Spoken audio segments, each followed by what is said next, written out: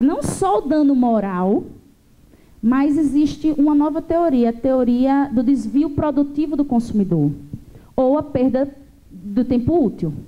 Ou seja, aquele tempo que você não resolve a situação do consumidor, não resolve o vício, aí fica empurrando o vício com a barriga. Não, vou mandar não sei quem, aí manda, aí não resolve. Aí manda outra pessoa, não resolve. E vai mandando e não resolve.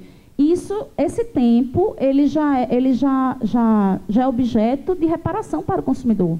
Porque o tempo é dinheiro, não só para a gente, mas também para os consumidores. Então, existe toda essa teoria do desvio produtivo do consumidor que está sendo aceita amplamente nos tribunais. E, por fim, aqui, como advogada, mencionar que existem hoje novas formas de pensar a própria questão da elaboração prévia dos contratos com relação aos vícios construtivos. E desses acordos que podem resultar de negociações. Está vindo aqui para o Brasil uma advogada, Kim Wright, que vai dar um curso de contratos conscientes. Ela prepara os advogados com formulários próprios para que as empresas que tenham essa preocupação final com o consumidor, com essa humanização, para que elas já trabalhem com termos, vamos dizer assim, pré-elaborados, estudados previamente para o melhor desempenho da empresa e satisfação do consumidor. Então, enfim, meu tempo esgotou, eu queria agradecer novamente e dizer que eu estou à disposição. Muito obrigada.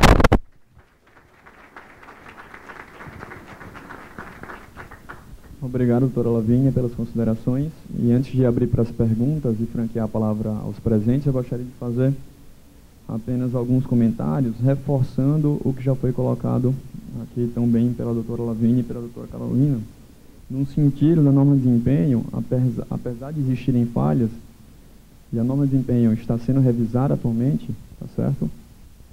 No sentido da importância no estabelecimento das obrigações de todos os intervenientes do processo. Incorporador, construtor, projetista, fabricante e usuário. E aí eu reforço a importância do manual do usuário. Quão importante é esse documento, de modo que o prazo de vida útil estabelecido na norma de desempenho, ele seja cumprido. E nesse âmbito, a ADEME elaborou o manual do usuário, padrão e modelo, para o auxílio dos construtores e incorporadores, de modo a orientar e a facilitar realmente essa divulgação das informações necessárias para uma correta manutenção e operação das edificações. Da mesma forma que a gente faz as manutenções nos nossos veículos, nos nossos carros, por exemplo, a gente precisaria fazer no imóvel de modo realmente que a vida útil ela seja atendida. E aí, dentro desse contexto, eu coloco, e aí na posição de engenheiro e construtor, a dificuldade da comprovação da qualidade da manutenção realizada. Todos nós aqui, como usuários de carros, ao adquirir o carro, a gente recebe a informação que a garantia do veículo está associada à realização das manutenções das concessionárias. A realização das manutenções em prestadores de serviços autorizados. E a NBR 5674, uma das normas que embasam a elaboração da 15575, a norma de desempenho, fala em empresa capacitada, empresa especializada. Como se dá a comprovação da capacitação daquela empresa para a realização das manutenções? De que forma o usuário pode atestar e comprovar ao construtor que a manutenção foi feita da forma correta? Então, são questionamentos que a gente se faz realmente no sentido de proporcionar maior segurança jurídica no processo. E tendo em vista a complexidade do assunto e até uma certa subjetividade no tocante ao estabelecimento do nexo de causalidade dos vícios ocultos, tá certo? É extremamente importante que nós, engenheiros, precisamos dominar as normas técnicas. A gente não pode aí com devido respeito a todos os advogados aqui presentes, a gente não pode deixar que os advogados entendam de norma mais que nós engenheiros. Isso não pode acontecer. Nós precisamos dominar as normas. E a norma de desempenho vem no sentido de aumentar o nível de observância às normas técnicas de um modo geral. Então, a norma de desempenho, por não ser prescritiva, significa que ela não é uma receita de bolo. Ela não fala, ó, eu tenho que bater 2 ovos com tanto de farinha por tantos minutos. Ela simplesmente fala o seguinte, o bolo tem que estar gostoso, o bolo tem que estar fofinho. Então, nós precisamos dominar as normas técnicas de modo a estarmos resguardados tanto no que tange a garantias, no que tange a prazo de vida útil. E aí, a primeira pergunta, e aí começando aqui os debates e perguntas, a primeira pergunta que chegou, do Dimitri Pacheco, já foi respondida pela doutora Lavínia, que é a situação do início do prazo de garantia. Em que momento se dá o início do prazo de garantia, tendo em vista a utilização do imóvel sem muitas vezes a concessão do certificado de habitabilidade, o habite. Já foi esclarecido pela doutora Lavínia, então de modo para que a gente possa cumprir o nosso tempo. Teve aqui também uma pergunta do doutor Gama, também muito pertinente, tá certo? E aí eu coloco aqui para vocês, no sentido de que se o cliente precisa provar, como que o cliente faz para provar, tá certo? Que aquela determinada falha, daquele determinado vício, tá certo? Se deu no prazo correto, ou se ele já sabia, e como decaiu o direito dele, ele só estima determinada data. E uma segunda pergunta também, se é importante o incorporador exigir prova antecipada de que as manutenções preventivas foram feitas, que já foi falado, mas se vocês puderem comentar um pouquinho.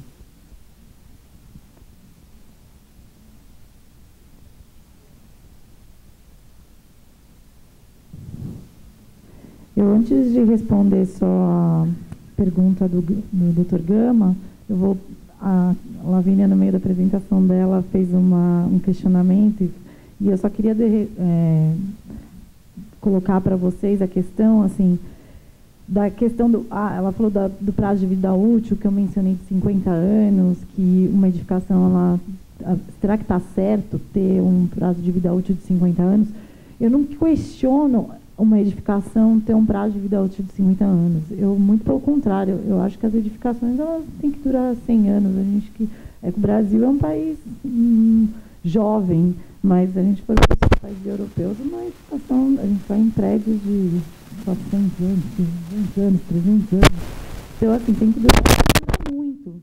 Tá? O que eu coloco à discussão e trago a debate, assim, e coloco, é a questão enquanto perdurar a vida útil, perdurar a responsabilidade. Ali eu faço parte do Secov São Paulo, e a gente lá tem debates assim acirradíssimos a questão da loucura que é ser produtor imobiliário no Brasil.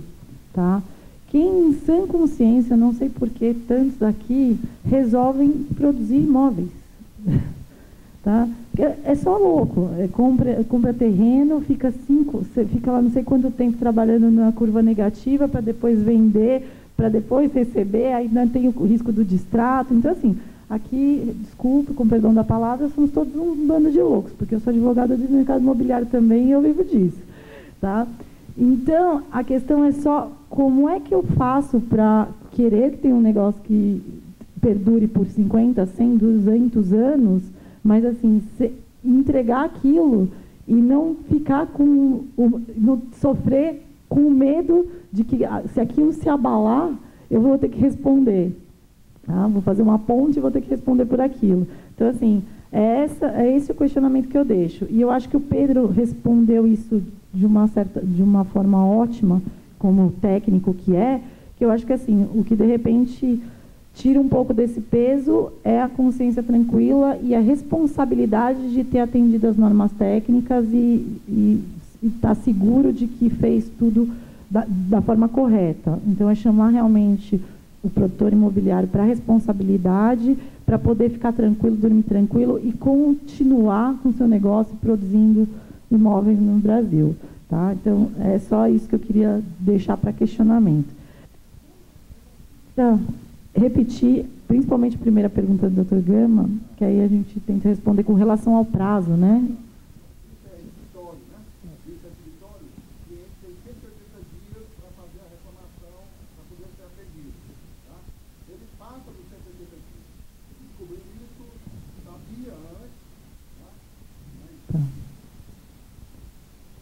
Sabia antes e se esqueceu, viajou com a mulher, com os filhos e tudo, e volta, 240 dias depois, opa, perdi meu direito de reclamar. Aí eu vou lá e digo, não, eu tomei conhecimento agora. De quem é a responsabilidade de comprovar de que o conhecimento foi agora? Dele, ou eu, como, na verdade, produtor, é que vou ter que provar que ele já sabia anteriormente e perdeu o direito de cobrar? É duro quando fazem pergunta difícil, né? Jacques, cadê o Jacques? Eu sempre falo para o Jacques responder as perguntas difíceis. Está lá no canto, aí você escondeu. Quem é que prova? Bom, a gente também debateu um pouquinho disso ali antes de entrar, mas, assim, a questão, durante o prazo da garantia, que a gente fala que o produtor, o incorporador, o construtor, ele responde objetivamente, assim, fica um pouco mais complicado a gente pegar e, dentro desse prazo, por exemplo, de 5 anos, imputar a responsabilidade da prova por ter um vício oculto, de ter tomado consciência de um vício oculto e não ter reclamado dentro do prazo de 180 dias, que é do Código de Defesa do Consumidor. Então, acho que dentro do prazo da garantia contratual de 5 anos, infelizmente, a culpa, quem vai ter que comprovar a culpa vai ser o produtor, o construtor. Agora, passado esse prazo, eu acho que aí vira uma questão subjetiva e aí vai para a discussão mesmo, de fazer a prova, de tomar conhecimento. É que o problema é que, assim, como a gente trabalha com construção, a não ser que quando eu falo que a gente fala de vício oculto, a gente tem aquelas questões que eu apontei que tanto que só uma pessoa com qualificação técnica pode detectar, mas outra que é alguma coisa que a gente também vem a descobrir mesmo não tendo a qualificação técnica. Então, assim, você fazer a prova de quando você soube disso, às vezes também deve ser bem complexo, mas aí talvez até o Pedro possa dizer como que faz a prova disso. Eu, como advogada, eu pergunto para o cliente, mas aí como é que a gente vê se... Por exemplo. Assim, eu recebo muito esse tipo de pergunta nas aulas. Os alunos perguntam, como é que faz para provar? Tudo, né? Como é que faz para provar? Eu digo, gente, é mais simples do que a gente imagina, né? Pega uma reclamação por e-mail, por exemplo. A pessoa que recebeu essa reclamação já orienta para dizer assim, ó, primeira pergunta quando é que ela percebeu isso. Normalmente, ela já responde para você assim, fidedignamente. Então, ela já lhe dá a prova, né? E aí, quando você não consegue isso, que a pessoa, vamos supor, já está super orientada, o que eu, assim, tudo bem que pode acontecer, mas é difícil o advogado, penso eu, né, virar para o cliente e dizer, não diga que você soube antes de tal dia. Não sei, assim, enfim, não sei se eu estou sendo ingênua, mas minha classe não faz isso.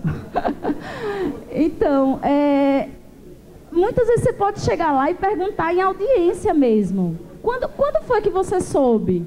E aí você faz umas perguntas, vai fazendo perguntas para entender o contexto. O que foi que você fez quando você soube? E com isso você vai produzindo prova e pode conseguir até uma confissão lá no meio da audiência. Assim, não é tão difícil quanto parece, sabe? Não é tão difícil. Então, parte, né? A segunda pergunta do Dr. Gama é da importância da exigência da prova antecipada de que as manutenções preventivas foram feitas. A importância... É importante o incorporador exigir. Bom, eu sempre acho importante, como a doutora fez... Desculpa, doutora Carolina, e essa pergunta também está relacionada com a pergunta do Marcelo, para a gente poder... Ponto, a falta de manutenção exime a responsabilidade do construtor. Totalmente. Totalmente. O que é complicado, como respondendo as duas perguntas conjuntamente, é você exigir, conseguir a comprovação da realização da manutenção. Então, assim, para fazer a prova antecipada, você tem o manual, atendendo ao que você prescreveu, que a Lavínia muito bem mencionou, eu acho que nós três aqui sopesamos muito isso, é a questão de ter um manual ser lido, atendido, e que a gente também, que aqui não é só produtor imobiliário, também é consultor. Já leu o manual do apartamento que comprou? Você é bem CDF, ela é bem CDF. Eu não leio nada, eu só leio dos clientes. Do meu eu não leio nada. Casa de ferreiro e espeto de pau, né? Então, e exigir eventualmente uma prova antecipada disso, assim, é para você...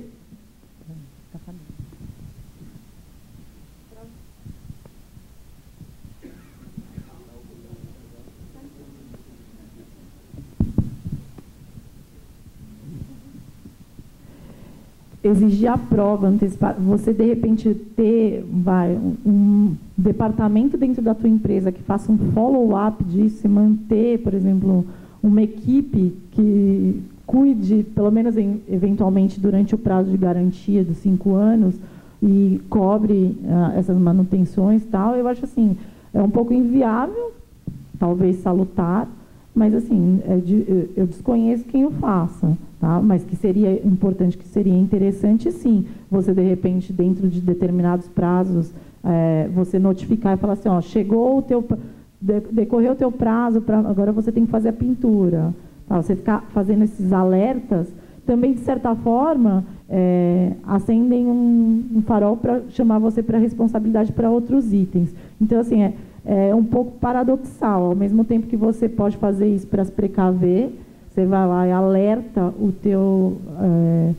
os adquirentes, o teu mercado consumidor do que ele precisa fazer para ele não ser responsabilizado.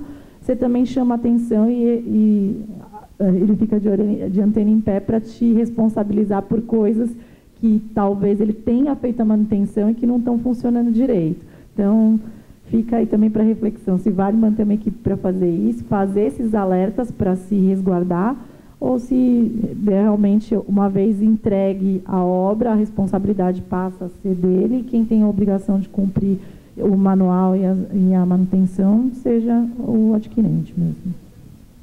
Obrigado, doutora Carolina. A gente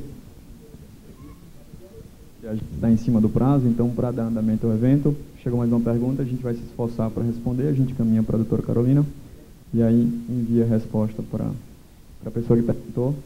Gostaria de agradecer mais uma vez a doutora Lavínia. Obrigada. E fazer aqui a entrega do certificado.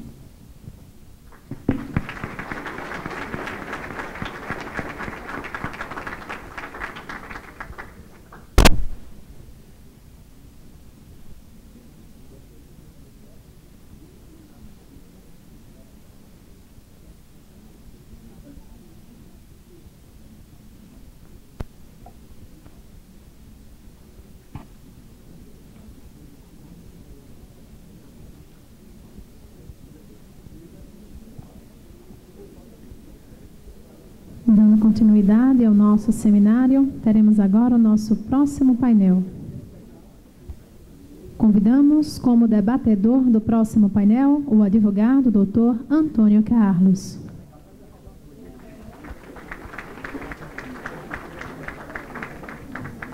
Como moderador, convidamos o representante do Cresce, o senhor Irã Malta.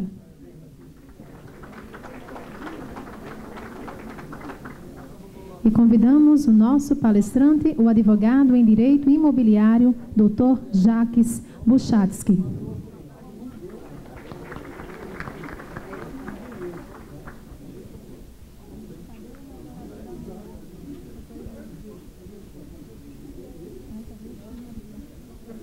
Com a palavra, o moderador, senhor Irã Malta.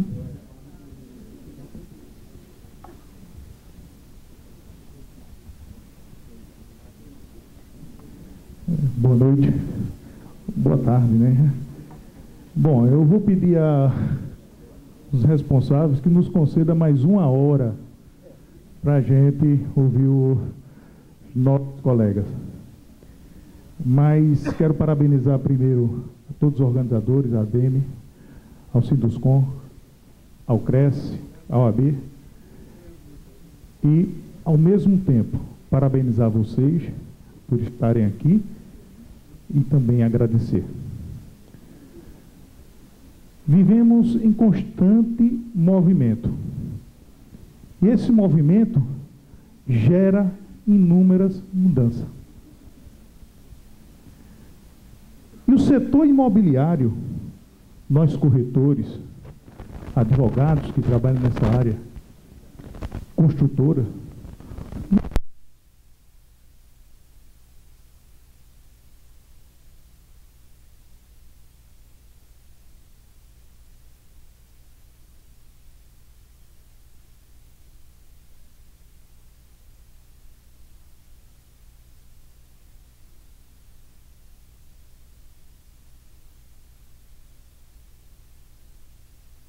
tudo que a gente vem fazendo. E nada melhor de a gente receber para falar desse compartilhamento. Coliving, Co-work, Colares, Co-house, o nome que queira dar. Começou lá, eu acredito, professor, e depois se eu estiver errado me corrija, mas começou lá em Israel em 1900 com os kibbutz. Né? Depois, a doutrina, me parece, costumamente falar de 1960 na Dinamarca. Mas eu acho que começou lá atrás. E a gente agora que está falando.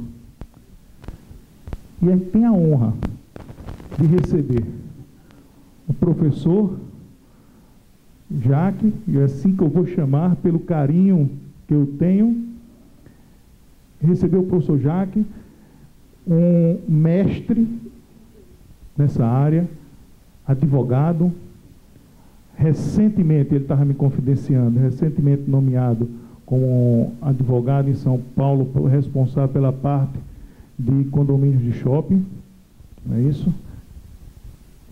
Criador do MDDI, Mesa de Debate de Direito Imobiliário.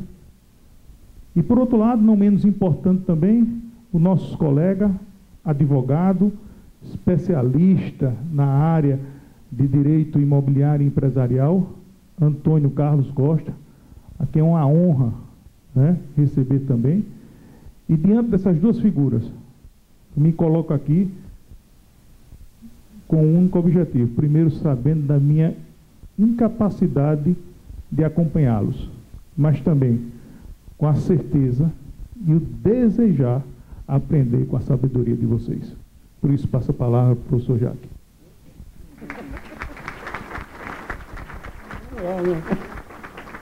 Obrigado.